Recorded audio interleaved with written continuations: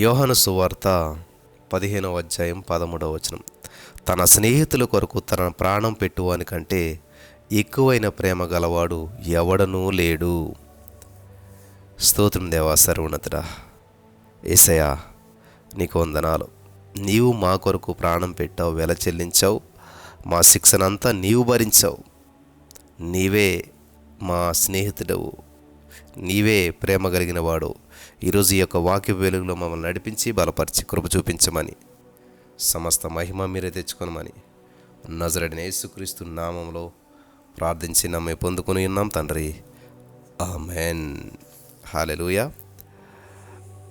ప్రియులరా, దేవుడు మనల్ని ఎంతగా ప్రేమించాడంటే ప్రాణం పెట్టినంతగా ప్రేమించాడు. ప్రాణాన్ని పెట్టేశాడు ఆయన. చరిత్రలో జరిగిన ఒక సంఘటన మీతో పంచుకోవాలని చెప్పి నేను ఆశపడుతున్నాను. టైటానిక్ కథానాయకుడు మీకు అందరికీ తెలుసు. మంచి విశ్వాసపరులైనటువంటి తల్లిదండ్రులకు జాన్ హార్పర్ మే 29వ తారీఖున 1872 సంవత్సరంలో జన్మించాడు.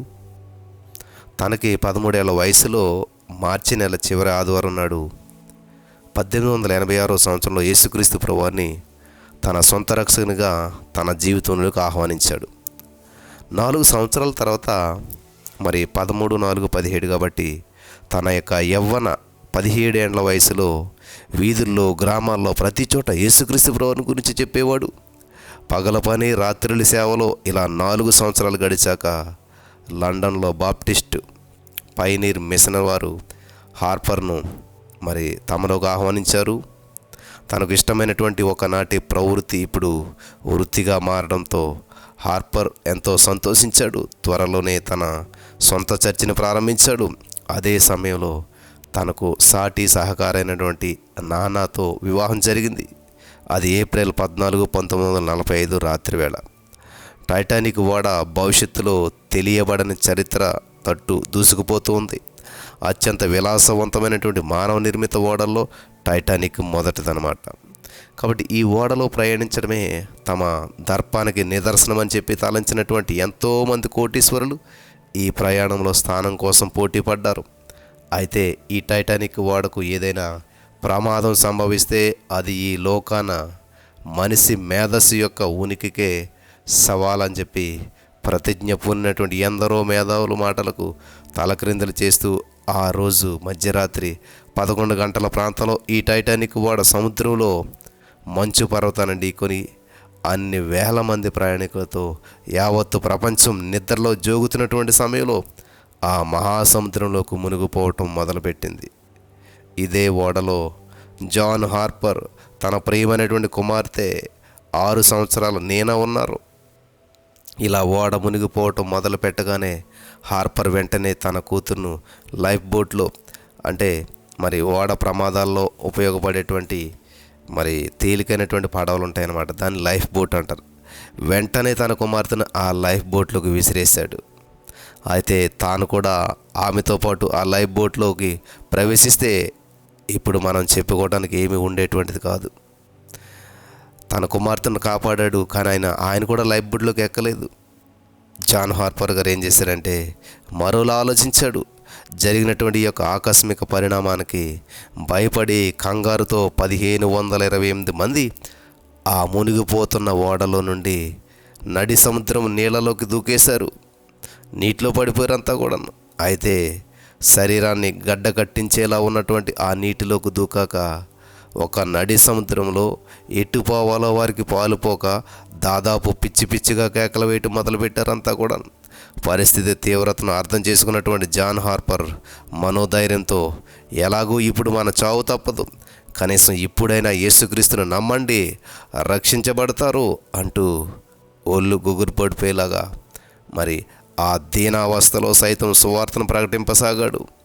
ఇతని మాటలను ఎవరు కూడా పట్టించుకోకపోయినా మరి చెత్త కుప్ప ఆసరాతో మరణంతో పోరాడుచున్నటువంటి ఒక యువకుడు మాత్రం స్పందించాడు. నీవు క్రీస్తుని ఎరుగుదువా అని ప్రశ్నించాడు జాన్ హార్పర్ గారు. లేదన్నాడు ఆ యువకుడు. అయితే ఇదిగో ఈ నా లైఫ్ జాకెట్ మునిగిపోతున్నటువంటి మనిషిని మరి మునగనివ్వకుండా నీటిపై తేల్చేదే ఈ లైఫ్ జాకెట్ అన్నమాట. జాన్ హార్పర్ గారు వెంటనే నువ్వు రక్షించబడలేదా? అయితే ఇదిగో నా లైఫ్ జాకెట్ నువ్వు తీసేసుకో, నువ్వే దీన్ని వేసుకో, దీంతో నాకంటే నీవు ఎక్కువ అవసరత నీకే ఉంది, నువ్వు బ్రతకాలి అంటూ తన లైఫ్ జాకెట్ను తీసి ఆ యువకునికి ఇచ్చేశాడు. తర్వాత కొంతసేపటికి మరి ప్రైజ్ ద లార్డ్ అంటూ కేకలు వేస్తూ నీటిలో మునిగిపోయాడు. జాన్ హార్పర్ గారు తనను లైఫ్ జాకెట్ ఇచ్చి మరణాన్ని మరి అడ్డుకున్నటువంటి ఆ యువకుడు తర్వాత కాలంలో ఒక మీటింగ్లో నిలబడి కన్నీళ్లతో ఆ రాత్రి జరిగినటువంటి సందర్భాన్ని అంతా వివరిస్తుంటే ఆ మీటింగ్లో ప్రతి వారు కూడా మరి కన్నీరు మున్నీరయ్యారు. వారంతా కూడా ఎంతో మరి బాధను వ్యక్తం చేశారు, కన్నీరు కార్చారనమాట. ఈ విధంగా జాన్ హార్పర్ గారు తన కుమార్తెను రక్షించుకోగలిగాడు. ఆయన ఎలాగ బాప్తిసం పొందాడు, రక్షణ పొందాడు, చనిపోతే పరలోక రాజ్యం వెళ్తానని నిరీక్షణ ఆయనకు ఉంది. కాబట్టి తన ముందుగా ఉన్నటువంటి యవనస్తుడు దేవుడు తెలియదు, బాప్తిసం పొందలేదంటే వెంటనే తన లైఫ్ జాకెట్ ఆయనకి ఇచ్చేసేసి మరి జాన్ హార్పర్ గారు ఆ యొక్క చలిలో ఆ యొక్క నీటిలో మునిగిపోవటం, చనిపోవటం జరిగింది. ఈయన ప్రాణాన్ని బలంగా పెట్టి మరి గొప్ప సాక్షిగా జీవించాడు, ఆ యవనస్తుని రక్షించగలిగాడు. తర్వాత రోజుల్లో మరి ఆ యొక్క యవనస్తుడు మారు మనసు పొంది గొప్ప సేవ చేయటం, మరి ఈ జరిగిన సంఘటన అనేక చోట్ల చెప్పటం ద్వారా ఇది మనకు తెలిసిందనమాట. ఇది ఇంతవరకు రావడం జరిగిందనమాట. కాబట్టి ప్రియులారు గమనించాలి, హాలీవుడ్ ఇతన్ని స్మరించకపోయినా కానీ జాన్ హార్పర్ టైటానిక్ యొక్క నిజమైనటువంటి కథానాయకుడు అనమాట. ఆ ఓడ నిర్మించిన వ్యక్తికి పెద్దగా పేరు ఉండొచ్చు, ఏదేదో సంఘటనలు ఎంతోమంది గుర్తుపెట్టుకుని ఉండొచ్చు, కానీ ఈ జాన్ హార్పర్ని హాలీవుడ్ ఏమీ కూడా గుర్తించలేదు, అసలు స్మరణగా తెచ్చుకోలేదు. కానీ ఈ రోజున ఈ మాటలు వింటున్న ప్రియమైనటువంటి వాళ్ళారా, ఆ టైటానిక్ నిజమైనటువంటి కథానాయకుడు ఎవరని చెప్పాలంటే ఈ యొక్క జాన్ హార్పర్ గారు అనమాట. ఎందుకంటే యోహాను సువార్త 15:13 ప్రకారం తన స్నేహితుల కొరకు తన ప్రాణం పెట్టువాని కంటే ఎక్కువైన ప్రేమ గలవాడు ఎవ్వడో లేడు. హల్లెలూయా. కాబట్టి జాన్ హార్పర్ గారు చేసినటువంటి అద్భుతమైనటువంటి ఆ యొక్క సంఘటన మరి చరిత్రను సృష్టించింది. హల్లెలూయా. ఈ రోజున మరి ఈ యొక్క మాటలు వింటున్న ప్రియమైనటువంటి సహోదరి స్నేహితులారా, మరి మీ ద్వారా ఎంతమంది రక్షించబడ్డారు, ఎంతమంది రక్షణలోనికి వచ్చారు, ఎంతమంది జీవితాలను రక్షించడానికి మీ వంతుగా మీరు ప్రయత్నం చేశారు. ప్రతికూల పరిస్థితుల్లోనూ ఆయన ఏమో అనుకూలంగా ఉండి అక్కడ సువార్త ప్రకటించలేదు. ప్రాణం పోతుంది, ప్రాణం పోయినా పర్వాలేదని చెప్పి ప్రభువును మహింపరుస్తూ ఆయన చనిపోయాడు. హల్లెలూయా. దేవునికి స్తోత్రం కలుగును గాక. కాబట్టి ఈరోజు నీ మాటలు వింటున్నటువంటి మీరు కూడా దేవుని కొరకు, దేవుని రాజ్య విస్తరణ కొరకు మీ సమయాన్ని కేటాయించి ప్రభు నామాన్ని మహింపరచడానికి పరిశుద్ధాత్మ దేవుడు సహాయం చేసి నడిపించి బలపరచును గాక. ఆమేన్.